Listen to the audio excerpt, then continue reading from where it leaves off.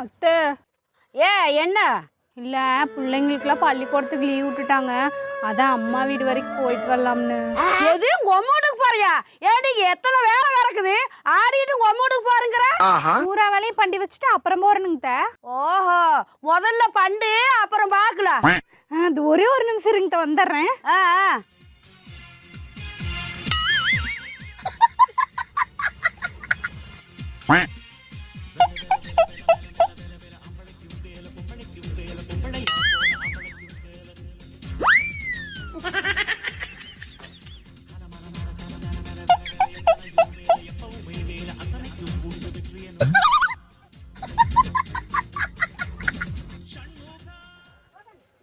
அத்தை கேக்குது, சொல்லு.